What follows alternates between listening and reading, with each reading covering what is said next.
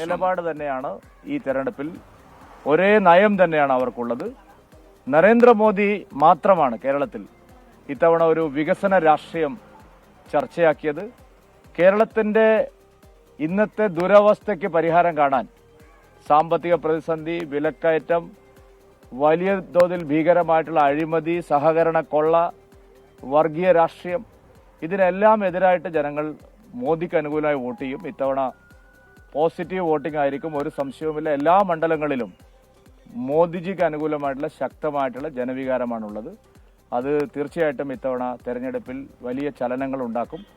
June 4 കേരളത്തെ സംബന്ധിച്ചിടത്തോളം ഒരു ഗെയിം ചേഞ്ചർ ആയിരിക്കും. കേരള രാഷ്ട്രീയത്തിന്റെ കൃത്യമായിട്ടുള്ള ഒരു മാറ്റമായിരിക്കും. വയനാട് രാഹുൽ ഗാന്ധിക്ക് യാത്ര പറയാൻ, വിട പറയാൻ ആൾക്കാർ തയ്യാറായിരിക്കുകയാണ്. അവിടെ എല്ലാവരും പറയുന്നത് bye bye Rahul, welcome Modi എന്നാണ്. കെ സുരേന്ദ്രൻ.